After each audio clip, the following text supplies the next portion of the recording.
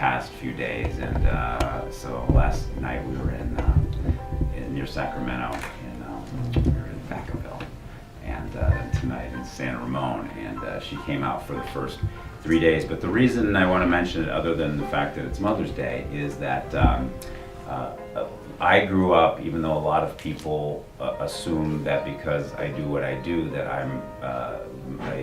I come from some kind of a musical family or something like that. But the reality is that I come from more of a book and writer family, and my mom was a writer my whole life, and she was a librarian my whole life.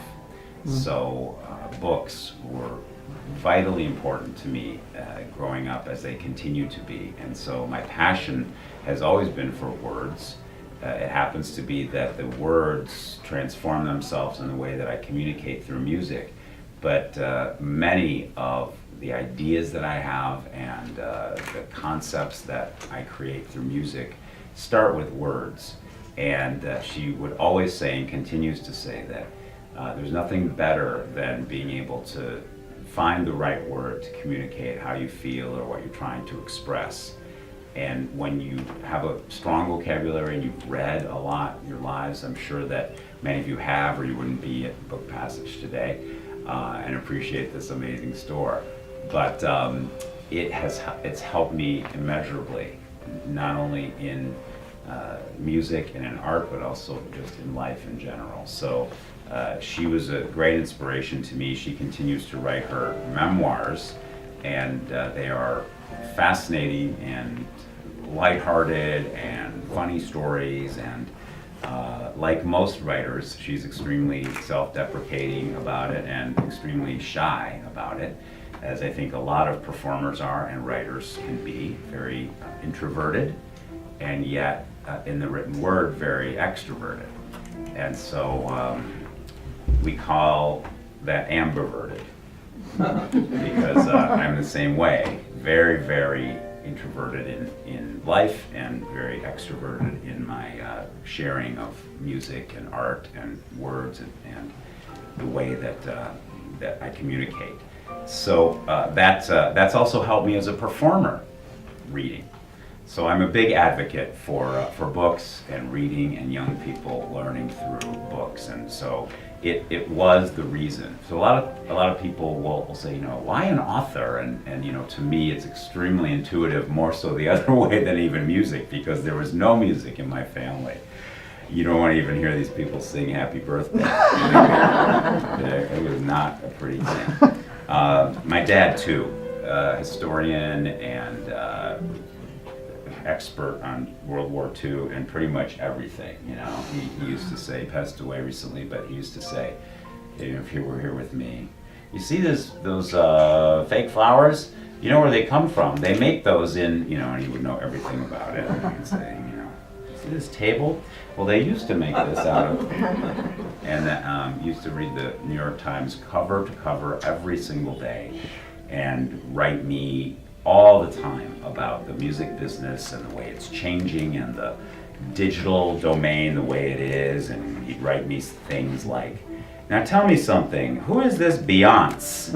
And what is that all about? That kind of thing. Or does digital affect your music sales? And you know all this. And it was from reading. So, with that said, and with a very calming influence, which is very nice when you get off the Richmond Bridge and 580 and all that sort of thing, I was practicing what I preach in the car. Every momentary freak out had a soothe associated with it, because the first reaction, I think by many of us, is to freak. When you're late for something, when there's an expectation of somebody by you that you feel you're not fulfilling. And I take those things very seriously. And I think we all do. We start to imagine and create the thoughts about what other people might be thinking. You create that. And many times it's fantasy. You're thinking, They think I'm a diva, they think I'm always late for everything, they don't realize it's California. Wait, they do realize it's California. I lived in Los Angeles, by the way, for 20 years, and I was explaining to my associate, Bryn, who's never been to California before, well, I don't get it. It's like completely stopped, and then all of a sudden it's not. How does that happen? Right. So, welcome to California. So anyway, Soothe comes from the idea that about a couple years ago, I've been in the recording business and recording albums for 20 years. And about 2 or so years ago, I started to feel like I needed a life rehab. So much of what I was going through, and so many of my friends, when I would say to them, how are you doing? What, oh gosh, I haven't seen you in a long time. Run into somebody at the grocery store or something and say, how you been? What's going on? And they say, does anybody ever say, I'm good. I'm pretty much calm most of the time. Not overworked really. I sleep great.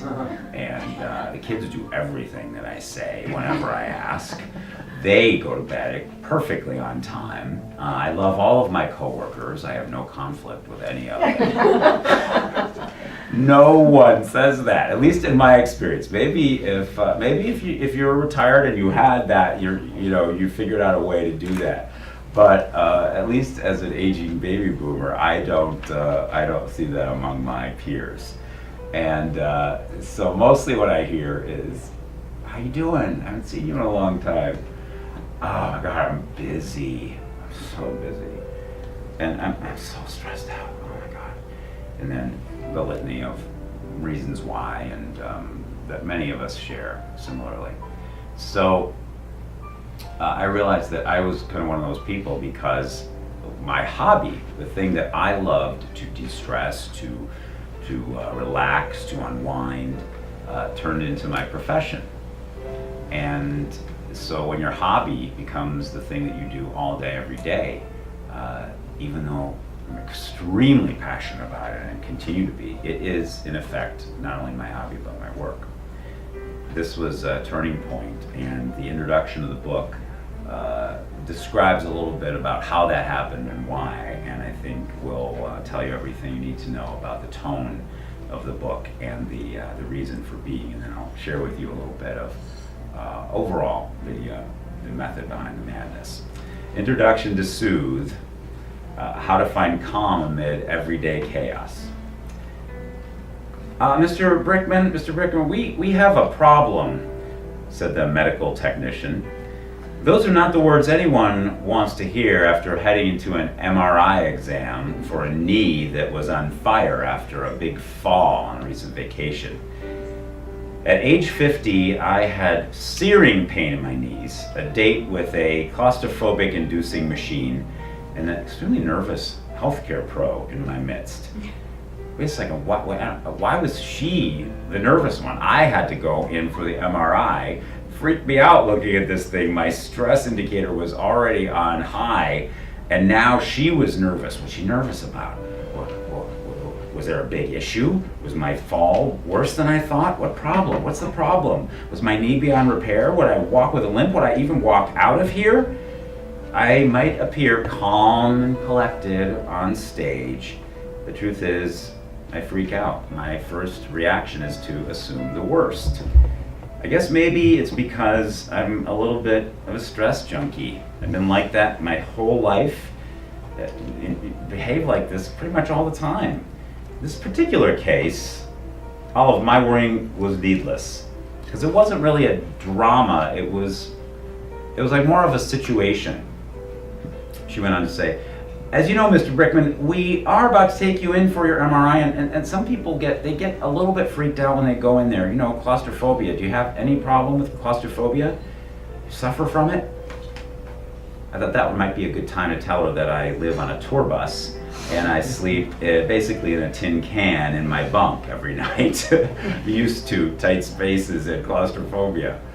Anyway, the technician continued, I found that one thing really helps my patients relax. In fact, it really works every time. We play music for most people when they go into the MRI. The thing is that, well, it works wonders for most, but the thing is, it's your music. Do you want us to play your music for you while you're in there? I said, well, are there any other choices? Is there something else available? I mean, I was pretty sure they weren't going to be playing heavy metal, and I understood why they were going to pick mine, I guess, but she said, you know, people love your music around here, and when I first started working here, they just told me to play this piano music, and I didn't know who it was, and then you walk in the door, and I realized, oh my gosh, you're the one that we play music. So, and I thought, wow, do I want her to play for me when I go underneath there? So I thought, you know, because I don't really use or listen to my own music in my spare time, but I thought maybe this is a good day to start. Took a deep breath. I said, sure, why not? You know, it's better than silence. I am a little bit nervous, to be honest with you. So I jammed my body into the scary machine, and I knew that in that moment, as somebody known for soothing others, that I thought maybe I should take a closer look at the concept myself, maybe make it a priority in my own crazy, busy life. Of course, I had a little bit of a laugh when this started playing, and I thought, oh, it's pretty. Maybe I should play that song in concert. That's a pretty one. That's beautiful. It's okay to say your own music is beautiful. What I realized, though, was that it was really mind over matter, as it is in most parts of life.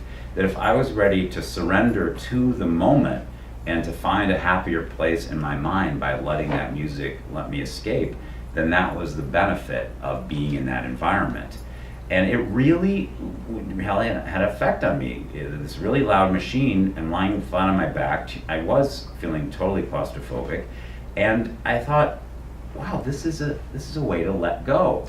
And it was the first time in probably 10 years after people have been saying to me after the show, your music soothes me, it comforts, it heals. I've used it in so many ways to calm myself down in traffic, in a bubble bath, and falling asleep at night and waking up in the morning.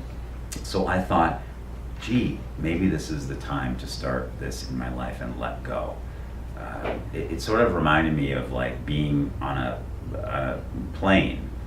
I get really anxious when I walk on the plane because I think, okay, there's going to be some kid kicking my seat, and I get into this mode that I know that that's going to happen before it even happens. So the anxiety in the moment of that is really about what's coming. So many times it's like what happened on my way here is the same thing as getting on the airplane. I'm not even in the seat yet. There's not even, I don't even know for sure that that's going to be what the situation is going to be. I don't know for sure that you're not all going to be annoyed with me when I get here. I don't know any of that for sure. Maybe you're cool Northern California chill people, and you don't mind if I walk in 15 minutes late. Maybe the kid is not going to kick my seat. Maybe there's not going to be any kid. Maybe there's not going to be anybody. Well, that's the anxiety of the moment, creating it about what's coming, and then you lose that feeling of being in the moment. And so it began. It was a real wake-up call for me.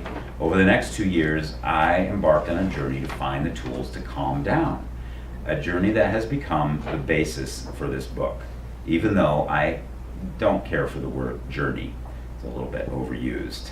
But lesson one I started with from talking to experts, Columbia University professors, Cleveland Clinic friends of mine who I've known for years, authors that I invite on my radio show, my mom and dad in their retirement, what they learned. One of the first lessons was one that I actually use on stage every single night, and it's breathing. Seems like an obvious thing, but when you're sitting in traffic, before I have the anxiety of beginning to play on stage, in through the nose, out through the mouth for a count of 4, 5 times in a row. I think sometimes people in the audience think, what is he doing? But I love the fact that they think that, because then it makes me more mysterious. But could I do this? Could I really make this a part of my life? Breathing, letting go. As I said, I'm pretty much a stressaholic. And I smile when I say that because I do earn a living playing the piano in concert halls around the world. And it's always been part of who I am. It's the way that it comes out for me. And many performers, just like many people in life, have their own stress routines. My fingers first hit the keyboard when I was about 5 years old. I began taking private lessons from, let's call her Mrs. T, since there's another Clevelander here. You never know who knows anybody. Might be your relative, Dana. It was in Shaker Heights. In those days, it did not take me a long time to stress out, even at 5 years old. That nice lady who was teaching me just did not like me. She did not think I had any talent, and she proved it by vacuuming during my piano lesson. Oh my God. She would make dinner, talk to her friends on the phone while I was playing the piano, and she ended up telling my mom, "I'm so sorry, Mr. Brickman, Mrs. Brickman, but your son, he just doesn't have the knack for playing piano. His rhythm is all over the place. He doesn't focus. I really don't see the point in his continuing these lessons." Well, my mom was not the type of person to give up easily. She was the one who saw me playing on the only piano that we ever had in our house, which was made out of felt. It's true. It was a felt strip with the keys drawn. My parents did not want to buy me a piano because I was 5 years old. They thought maybe, wow, well, tomorrow you're going to want the trumpet, and then you're going to want the drums. You know, what if we buy a whole piano and then you don't want to play it? So they got me this piece of felt. I played the felt for about 2 years. I sounded pretty good on the felt, at least in my imagination, and my mom knew that it was my prized possession. So she told Mrs. T, you know, I don't really care if he's a superstar at playing the piano. He loves it, and it's what he is passionate about. Who cares if he is a star? Who cares if he ends up becoming someday America's new romantic piano sensation? She just said, just keep teaching. This was a very, very important part of what's in this book, because so many of us that try new things or think that we have to achieve things, try to do the whole thing. Learn the entire language of Spanish instead of just a couple phrases to get you through, where's the ladies' room? And sometimes in our overscheduled lives, we are driven by the achievement of other people and competing with other people. Like in my piano lesson, why did I have to be great at the piano? Couldn't I just love it and that's it? Do I have to be the star of the baseball team to just enjoy being out there? This is how it is these days. It's stressful. It's stressful for parents. It's stressful for kids. It's stressful for all of us. The book is broken down into chapters all about different categories. Soothe your stress, soothe your mornings, soothe your kingdom, soothe yourself to sleep, soothe your hectic life, soothe with meditation, soothe your need to do everything on the list, soothe your family relationships, soothe your freakouts, soothe your looks, and soothe with a little gratitude. The sleep chapter is one of the most interesting ones to me because I've always had a really hard time sleeping. And it's one of the things that people tell me all the time that they do. I felt very strongly about the fact that I slept great. Even though I only slept 4 or 5 hours, I could do it. Got a cup of coffee, got it, ready to go. Experts, as many of you may or may not know, experts say that that really causes a lot of stress in your life, both physical and emotional. Causes buildup of cortisol, which creates what I call BF, the belly fat, which is the over 50 thing, which I don't care for. And I don't see anybody here over 50, so I'm just going to assume that you don't know what I'm talking about yet, but you will. And and sleep is a huge part of that.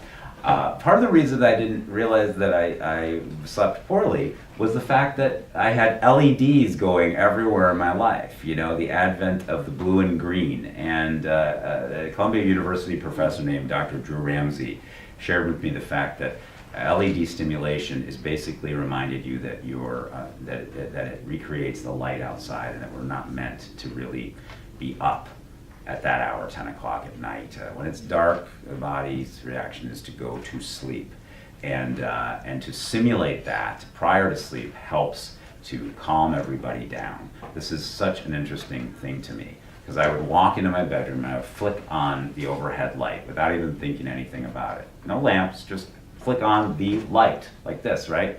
It's 10 o'clock at night, turn on the TV, go to bed with the computer, set my phone alarm on my phone. All these LEDs, pushing out blue and green digital LED that's just stimulating. And then I couldn't understand why I couldn't go to sleep, especially when I would have a coffee and a muffin before I went to bed. So, as evolved as some of us are when it comes to knowing that this is all true, it's not like I didn't know that if I had a cup of coffee, I wouldn't be sleeping very well. But the truth of the matter is, we get conditioned and we get into these routines, and to break that cycle. Part of it for me started with addiction issues, as many of us have, many artists have. And this is, for mine, it was a glass of wine. If I had a glass of wine before I went to bed, I was good. Glass of wine, whatever it was, cheese and crackers.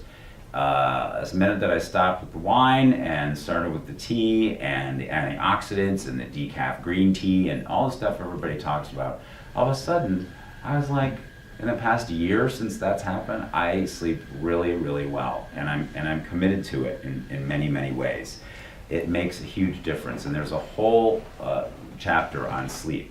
What I also love about the approach that I chose to take, with a lot of help from Rodale, Prevention Magazine, publishers who are the publisher of this book, and Men's Health Magazine, who really helped me refine some of these thoughts, that it is not prescriptive in the sense that do this, do this, do this. Because I think a lot of times, as much admiration as I have for certain people who prescribe a plan, everybody's different. Everybody's a different age. Everybody is a different personality. Some of us are addictive personalities, some are type A, so, we're all different. So I wanted to make sure that what I did in the book was create opportunity for choice and opportunity to say, this is me, this is not me. And I use myself as the guinea pig for that. So I tried everything in the book that was brought to me by experts that I interview all the time, like I said. I have an online 24-hour radio station at my website that just streams all my music for free and has these interviews with great people, and on my syndicated show that I've been doing for about 15 years. I am by nature a curious person, and songwriters are the best when they listen, but people are the best when they listen, because if you really take in what other people say and the way they phrase and the thoughts that they have, you can learn so much, especially if you just pay attention. This is the one parallel to music in people and in conversation. We all know people that talk nonstop, right? You can't get a word in edgewise. Some of us have friends like that, some of us relatives like that. No breath, nobody takes a breath. They just talk. Well, I liken that to music. If all you do is just play, and there's no space, then it doesn't give people a chance to take in what you're saying. That's why breath in life, in communication, in music is so important, to take these moments of sounds and silences, and that's when people speak. They speak in a rhythm as moments of breath and silence that keep you interested and keep you attracted to what's they're going to say next. If it's constant sound, it's a back off, kind of thing, and it really makes you feel like you start to wander, because you can't take that in that much sound in your world. So breath is a really important thing. So when it comes to this particular subject and taking a breath in life, I found that, like music, like art, like communication. When you listen, you learn so much, and that's why I've become so curious about this particular subject. Like I said, there are so many things in the book that I tried. So I had my friends, my staff said to me, "We're having an intervention, Jim, because you are over the top, out of control. You want to do everything. You say yes to everything. You want to go to Korea? Yes, go to Korea. Yes, I'll be in Korea. Well, okay, you have to be in Oakland 2 days later. Yeah, got it. I'll be there." Because I feel so passionately about having my music heard. I'm so desirous of sharing it because I feel like, it's a way of speaking. So they said, "We're having an intervention. You know what you need to do? There's nothing good starts with. You know what you need to do?" They said, "You need to do yoga. Yoga will change your life." Okay, I'm willing to, I'm not open-minded to everything. I picked hot yoga, wrote this in the book. I picked hot yoga, I went. It was out an hour and a half. It was total torture. I hated it. It was awful, and it didn't change my life. It might change yours. Some of you heard, you might be like, yoga is so, it's the way I center, right? For me, it was not. I had to find something else. And that's the point of the way that the book is laid out. It is not do this. Because then a lot of times you look at that reaction, the prescription for that, and say, okay, I'll try it. I know I'm supposed to like this, but I don't. And so does that mean that that means I can't soothe, or that I can't relax because the one thing that this particular person said to do, I can't do?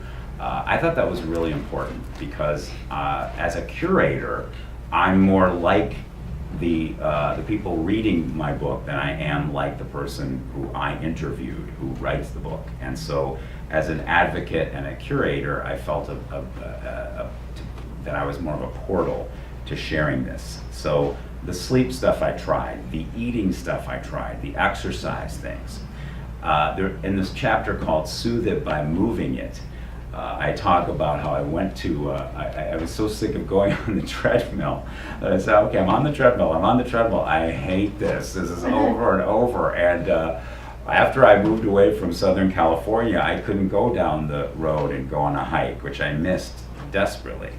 In Cleveland, there's not a ton of places to hike. And no mountains either, by the way, so you can't incline or anything like that. So I love to do that. So I got on the treadmill, 12 minutes, I hate this. So I said, I'm going to go to a trainer, try different things. I tried boxing. I tried, weight training. I tried Tai Chi, things I didn't even understand what we were doing. He's like, kick that. I'm like, okay, we're doing Tai Chi, great. Some of it I loved, some of it I didn't. I loved the boxing. I loved the boxing, and I loved the kicking and pushing and slamming things. I was taking out the aggression, right? Things I didn't even know I had. So I start this a couple doors away from my office in Cleveland, Ohio. I wrote about this in the book. So the trainer, his name's Larry, and he's certified as an amazing guy and really fantastic. And he says, okay, we're going to go on this road, okay? So we're going to start here, and because we're starting here, we got to take the before picture. Just starting. So we have somewhere to see how much progress we've made. So take off your shirt, we're taking the before picture. Take off my shirt, take the before picture. Okay, don't show that to anybody, okay? I'm doing it for 3 months. 3 months, this goes by. I'm doing it every day. I feel so good. I'm sleeping good. I don't have any of the back pain stuff. I'm drinking water. I'm not drinking alcohol. And so, loving it every day. So I said, Larry, it's been 3 months that we've been doing this, and we took that before picture. How come you never said, let's keep the progression? We have to keep it going so that when we're done, we've got the the time lapse of the fat melting away over time. And I said, so shouldn't we be taking a progressive picture? He said, well, thing is, Jim, you're still kind of a before. I'd be a before. I've been doing this for 3 months. How could that's where I began. You're saying that I haven't made any progress, that I'm still a before? And then it hit me, wait a second. If there's a before, then that implies that there's an after. And if there's an after, that means it has an end, a beginning and an end, which of course it doesn't, because the whole point of doing it is doing it in the moment you're doing it, that the lifting and the boxing is about that time and what's happening in your world then, not about what you're headed to. So if all I'm doing when I'm doing this is someday I'm going to look good, someday I'm going to look good, then I'm not even in it. And so that was when it hit me. A lot of these books about being in the now, I never understood. It was like, be in the now, live in the now. I'm like, what? That kind of stuff, I don't understand it. Maybe I'm just like too suburban mainstream, guy or something like that. Like I'm too, I don't know, but whatever it is, like not evolved. I didn't understand it until then. And I realized, oh, I get it. This is the now, right? This is the part where I am soothing in the moment, not headed towards something. So I said, you know what? We're keeping that before picture. I'm not even going to look at it because there's no such thing as a before. There's just now, and that is a lot about the soothe it by moving it chapter. One other one I'm going to mention to you is Soothe Your Kingdom. I visited a friend of mine in Chicago. Went over to his house for dinner. I rarely get invited over for dinner unless they have a piano. But this particular case they didn't. So I came over for dinner, my friend Jeff's house, and I'd never been to his house. He's a nice guy. I walk in, he's got a little party, very calm thing, and I walk in and it's so calm in there. I'm thinking, something about it was like, gosh, this is like, I feel like I'm at a spa when I walk in your house. And then I heard this like little trickling. I'm like, what's that trickling? Like, I feel like it's like dripping water or something like that. It sounds very soothing. And he said, oh, that's my fountain. I said, oh, you can hear that in the house? He goes, no, it's the fountain is in the house. I said, you have a fountain in your house? He goes, yeah.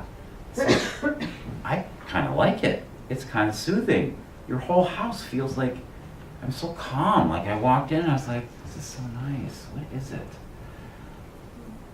Where do I get a fountain? I said to him. He said, well, they're like $30 at Home Depot. It's not a big deal. It's just like it's trickling water, or whatever. And I just keep it on my sun porch. And I said, well, it's really cool. Like he was in there. Yeah, I got wind chimes out there and everything like that. And I thought, why isn't my house like this? Like when I walk in my house, I dump the stuff in the place in the kitchen, wherever there's an empty space. I don't know where the keys go or whatever. I just dump the coat, right? Go in, grab something to eat, running late, get on the phone, whatever it is. And I look around my house, I thought, this is not very soothing. Especially my bedroom is not very soothing. Because of course, it has all that LEDs going on, right? So I thought, I'm getting a fountain for my bedroom. At first I thought it might make me want to go to the restroom a lot, but then I thought, okay, that some people that does. But for me, I just thought it was calming. And so now I have lamps in my bedroom. I actually have candles. I'm like obsessed with vanilla for some reason. Doctors say that men find vanilla and cinnamon an aphrodisiac. Guys, just mentioning it, women. I don't know why. Vanilla and cinnamon. Sort of might be a mom thing, possibly, but whatever it is, it's homey, right? And it is an aphrodisiac. So I've got it I've got cinnamon and vanilla. It's like when you're trying to sell your house, that kind of thing. So I have that, and I have lamps. I don't try whatever I can do not to turn on the TV. Now when I go into a hotel room, I have this little travel candle that I take with me. I have the linen spray for the bed, so it always smells the same. I don't turn on the TV, and it is way, way, way, way more soothing. So your kingdom, soothe your kingdom. It's all about trying to make your domain a more soothing experience, so that when you're there, you really feel like I belong here. And as a gypsy for so many years, this was a really important thing to me.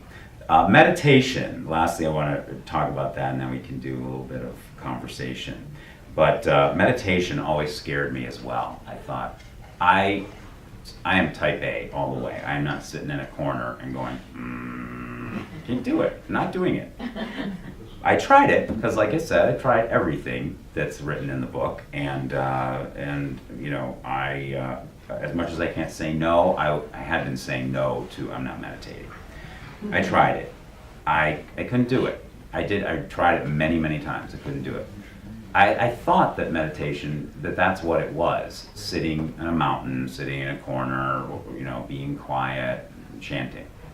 I didn't really realize until I found that there was such things as walking meditation, meditation with chocolate, meditation with wine, yoga with wine, yoga with chocolate. What does that mean? You have to read the book to find out. But because believe me, that is, you know, that's selling tickets to my concerts, believe me. But the point is that these things, there has to be some sort of you know, appreciation for doing it. And so when I found the walking meditation, I realized, oh, you can walk and meditate? How is that? It seems, you know, it didn't seem very intuitive to me to do that. Well, I did find many, that there are many. I didn't realize this. And I started with the walking meditation, and then it came to me by talking to many wonderful authors and experts that meditation is not about sitting somewhere, it's about freeing your mind. It sounds so simple, but it's just these words sometimes. If you do it and you've practiced it for many years, you completely understand it. But to so many of us, it just is not something that we connect with, and I was one of those people. So meditation, walking meditation, and we do a walking meditation that I guide through, and we're going to be giving those to you today. It's a free download of me walking with you. If you can't get enough of my soothing voice and music, then you can walk with me too and meditate. I don't talk the whole time. There's some parts where you're supposed to be in your mind and walking in kind of a rhythm. And that's a really nice thing. There's everything in here. Turn off the news, stuff that stimulates you and stresses you out. Gratitude, just appreciating the things, you know, these common sense things that we don't realize. One of these wonderful people that I interviewed for the book said, I want to ask you about your house, because I had moved back to Cleveland from Los Angeles. Don't ask me why. But I did I did move back really to be with my parents and spend some more time with them as they were aging. But I moved into a really nice house in Shaker Heights, and this one, I don't know if you're familiar with Louise Hay from Hay House, but she's a real advocate for me, and I scored her documentary called You Can Heal Your Life, which is just an amazing book, and I honor her in the relationship. But she said, I have a question for you, Jim, as you're writing the book. I said, okay, you know, I know whatever she's going to ask me is going to be a good one. She says, how many trees do you have in your front yard? I don't know. How many trees? I think there's one big one, I think. No idea what my front yard looked like. But I'll go to the airport and fly to Bali for a vacation, but I don't know how many trees there are in my front yard. So it's like you can't take in the things that are right in front of you. You don't even notice things like that, or at least I didn't. There's a whole chapter about walking in Central Park and walking with a friend, and the friend says to me, oh my gosh, those flowers are so beautiful. I'm like, what flowers? I don't see the flowers. Oh, that couple is so cute. I wonder if they're on a first date. What couple? You know, not at all aware of my surroundings. And Louise, hey, she helped me so much with this. You know, what's the backyard look like? I said, well, Louise, it's January and it's Cleveland, so I have no idea because the snow is up to here. But I know there's lots of snow and underneath there in spring. I'm going to find out exactly how many trees there are in my backyard. A lot of wonderful things like this. It was so therapeutic and so wonderful to be able to do this. And I'm hoping that you take away one thing from reading the book and one lighthearted laugh, one something that helps you soothe a little bit, then I feel like it's worth it to communicate that through the book. So I thank you so much for being here today, and we can do a little anything. Anybody have a curiosity about my music, about performing, about the book itself, about any curiosity, we can share that together. Anybody have a curiosity or question? Well, I just wanted to say you are so delightful and you are so worth waiting for. Oh, thank you, thank you. But also, did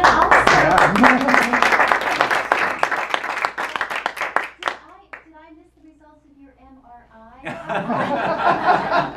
How did things go? You know, that's an excellent question. So you were listening. Isn't that interesting? I think, so the MRI, you know, they send you to doctors all the time. And one of the things that led me to the Soothe It by Moving It chapter was really the therapy, because I ended up going to therapy with the guy that now said that I was still a before. And so that was really the catalyst, which now that you're asking it, makes me wonder why I didn't write that in the book, because that would have been a nice segue.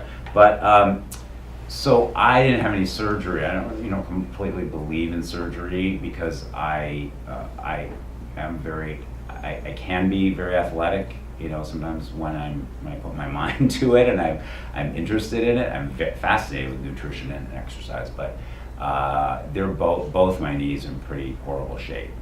And the other point I want to make about that too is that from an exercise point of view, because I'm starting work on the Soothe exercise and Soothe diet books, because I feel like for people my age and that there are not really a lot of the right kinds of exercise programs. There's a lot for like 20-somethings, and there's a lot of like silver sneakers. If you're 80 and over or something, there's like sitting there, like this or whatever on PBS, or there's the guy that I write about in here when I went to work with this guy Tony Horton, who invented this P90X thing, which is wonderful if you are 20, but if you're 50 and high school injury, fall, knees, back, it's rare that any of us at that age don't have some issue that prevents you from, doing 50 chin-ups. And so I worked out with him, and it was torture. And I thought, no, I'm not doing this. And so I watched a commercial. You can lose 10 pounds in a 10-minute trainer, rah, rah, rah. And I think, yeah, if you're 20, and if you get it, then again, it's a before-after situation. It's not it's not something you can keep doing. It's sort of in the moment type of thing, and all of those things appeal to our sensibility of that instant gratification type of thing. And that's the other thing that's so hard to learn. We all want now, and because we can get it now, it makes it even worse. But yeah, they hurt, but. So, yes, sir. Yeah, you're often following the New Age music. Mm-hmm. Did you choose that, or did it choose you?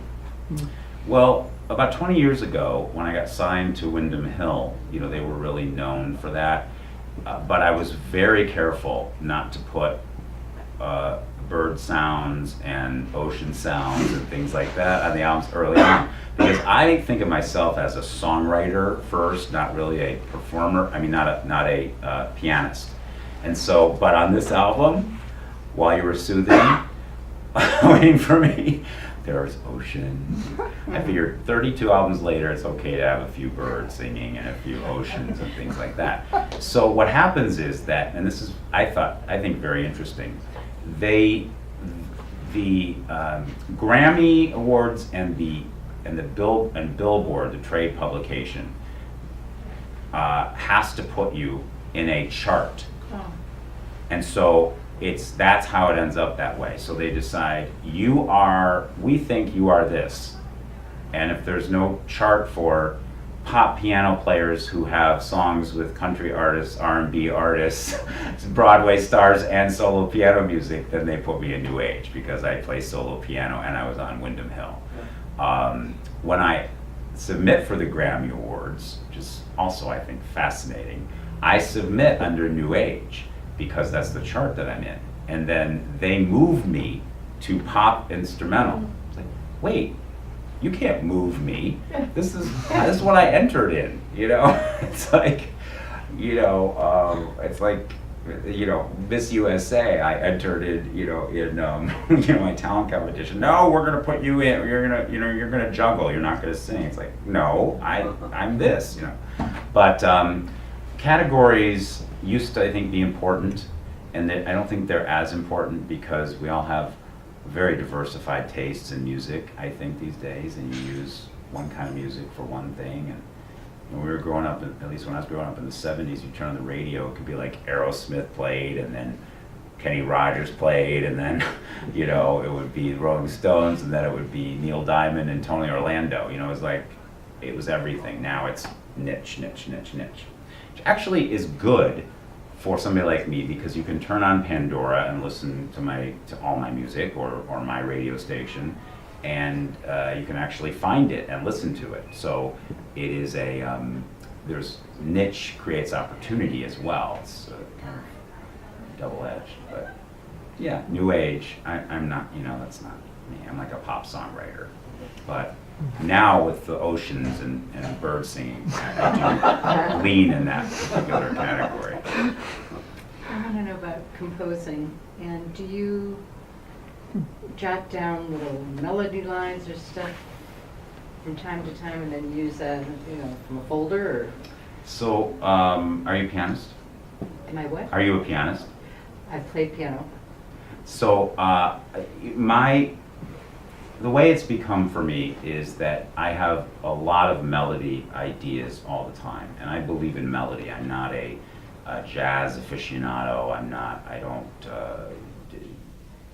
jam. I don't riff. I like melodies and song structure, like pop song structure, and so a melody idea will come to me, and then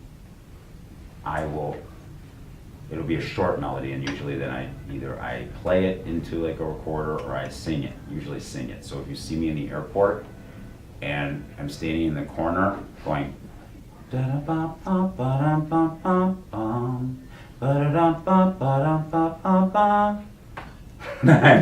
walk away, and then I think, okay, well, whenever I have an album, I'll go, oh my gosh, I forgot about that day at the airport where I went da da da da da.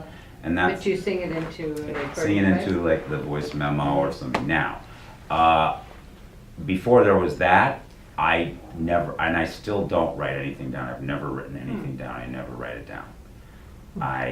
And then other ideas come to me constantly, and it comes from, like I said, the way people talk and speak. When you have a conversation, I hear it as poetry when people speak. So,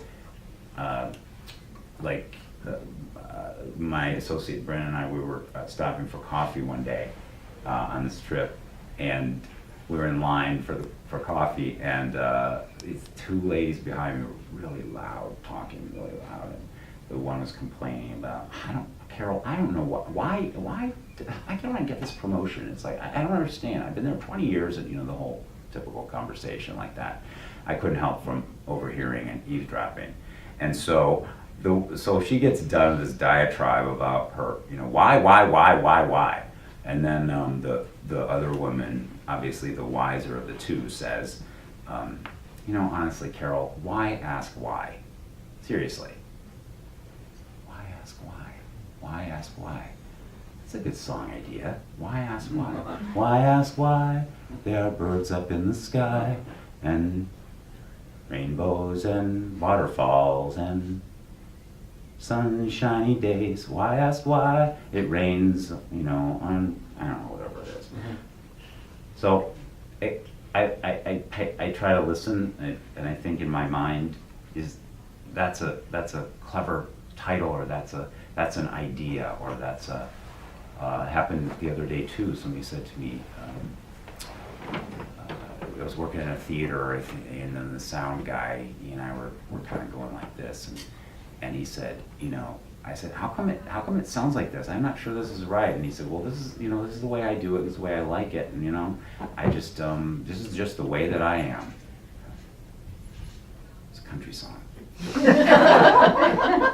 It's like, take me, so then in my head, this is just the way that I am sounds like something that,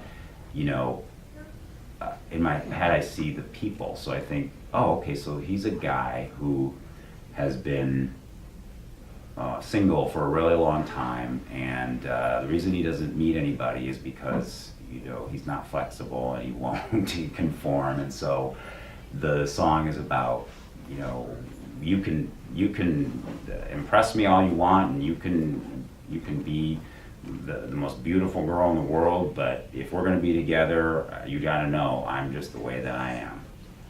I hear things like that as stories over time. Mm-hmm. And that happens to me constantly, as my associate Bryn also knows, since I write songs in the car while we're driving and sing them out loud. And then sometimes she either says, she laughs or says, makes a face.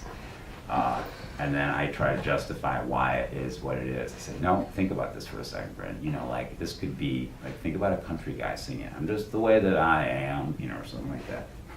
And then she says, oh, your songs sound the same when you come up with those. Because I sing them all to the same melody until I get to the piano. But, so, nuggets of ideas is the point. Why ask why? It's an idea. So it exists in its own line. And then, ba-da-da-da-da-da-da is its own world. And then I use that as a foundation to start working on it. But I don't write it down. And I figure if I don't remember it, it's not good. If I keep singing in my head, it's good, and it's clever, and it's melodic or something like that. And I also don't believe in forcing it, so I don't have times to write, times to sit down and do it. I do it when it hits me, because I don't believe in, at 9 o'clock in the morning, I'm gonna write a song, because it's not, emotionally, you don't know where you're gonna be at that point. That sounds so, like, artistic, but I'm not really that artistic. It just comes to me that way, and I think you should just follow it. Anybody else? Yes. How much is Soothe, as you've gotten deeper and deeper into it, as you tell from the introduction in your book, when you run into it, your own music, when you go to the MRI, how much is this about personal survival? Could I interview you later?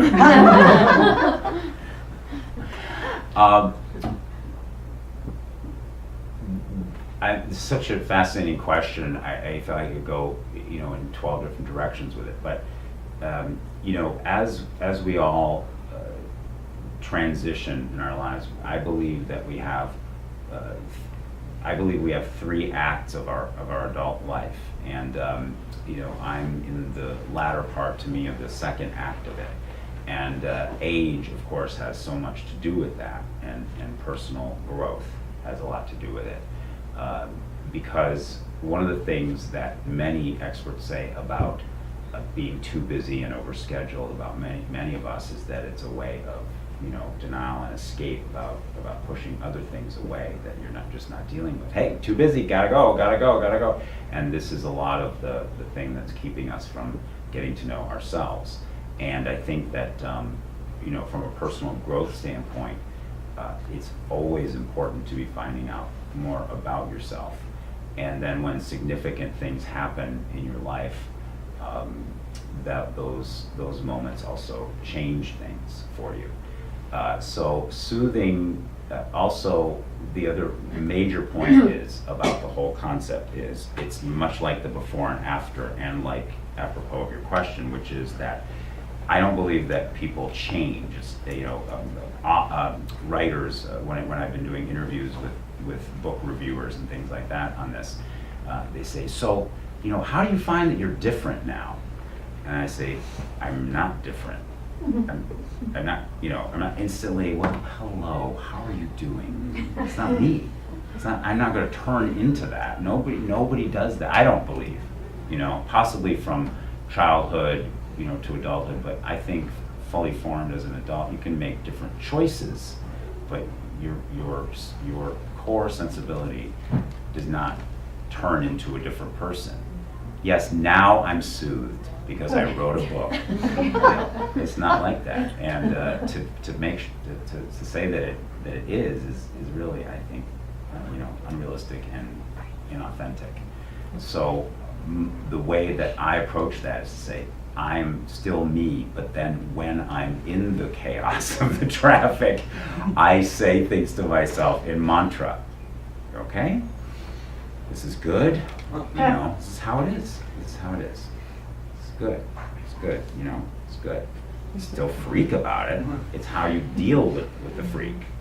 And it really makes a difference. Even if it's this much better than it used to be, like, why is it trying? Like this. I'm better at that. I'm this much better at that. And even if I joke to myself about it, okay, time to soothe, whatever will work to get me to do it, even if I think, yeah, that's gonna work. And then I try it just to see. Does, a little bit. I think confidence too makes a big difference. You start to know yourself a little bit better. And after touring for 20 years and basically being on stage in front of people every night of my life for so long, when you talk so much about yourself, you find out more about yourself. I went to therapy a few years ago, and I said, and the therapist says, tell me a little bit about yourself. I'm like, oh my God, I talk about myself like 2 hours a day because I'm on stage for an hour and a half talking, and I'm interviewed all the time. So not that many people get asked that many questions about themselves all the time. So when you answer, you're always talking about, oh wait, what? Like the question you just asked me. How many people say that to you just in normal life? Do you feel that you're, that you're more soothed, or do you feel that this is, he says, talks like that, and unless you write a book, I think, unless you have really highly evolved friends, which is possible, I think. Anybody else have a curiosity or comment? Yes. What inspired you to include a song in the album which is with vocal, as opposed to the entire album is just the pure music? So, like I said, I'm a songwriter at the heart of it. And so I love to write words and music as well. And at the beginning of the career, when I got signed to Windham Hill, and I told them I was going to put singing on one of the albums, they said, oh, no, we don't do that. This is an instrumental label. The first album was called No Words, and I wanted to call it that because I wanted to make sure that when people got it home, they knew there was no singing. And that when the second album came, I said to them, I wrote this song, and it's called By Heart, and it's about being away from somebody you really care about. It's really beautiful.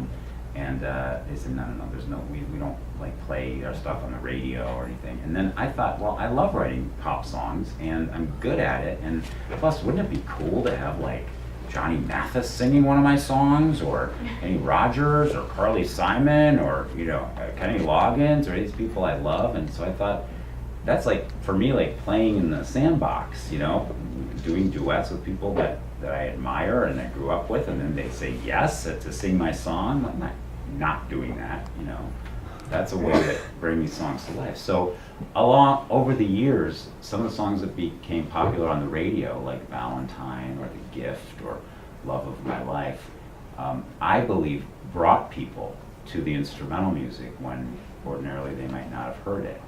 Because if you have one of my songs at your wedding or something, and you get the album, and you find out, oh, it's not just all singing, it's there's piano music on here. Oh, this is pretty.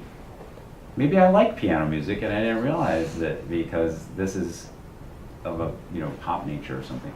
So it really it depends on the moment in time. The other thing is songwriters reflect what's going on in the world. So in their own world and in the world around us. So when it comes time for something like this moment in time, which I feel is completely appropriate for an album and a book like Soothe, to me what is the most appropriate is something that's instrumental, because it complements the idea of let's just take it down a notch, as opposed to, let's say, the late 90s when it was, you know, pop big ballad song, you know, and gosh, I get to look into and John wants to sing one of my songs, yay, you know, this is great. So I think it's reflective of a time, and if you're conscious of the state of things, and then your songwriter's job is to editorialize and comment on the state of humanity, I think, you know, but in a veiled way, not in an overt way, with a subtext that hopefully gets the message across without hitting people over the head. Anybody have a last question before we sign some stuff? Well, we've left out the most important question, Jim. Oh yes, what is that? How is Cleveland these days? Oh, how is Cleveland these days? Well, you know, I don't know if you've ever heard this. I made up this phrase, and people, it seems to be catching on, that there's no place like home. And I think that what happens in life is that you do come a little full circle. Of course, you know, things happen that way, and it was I write about this in the book as well, as an aside about Cleveland, is that and this is, I thought, fascinating in the full circle thing. But my mom and dad, they split up when I was 10 years old, and married other people.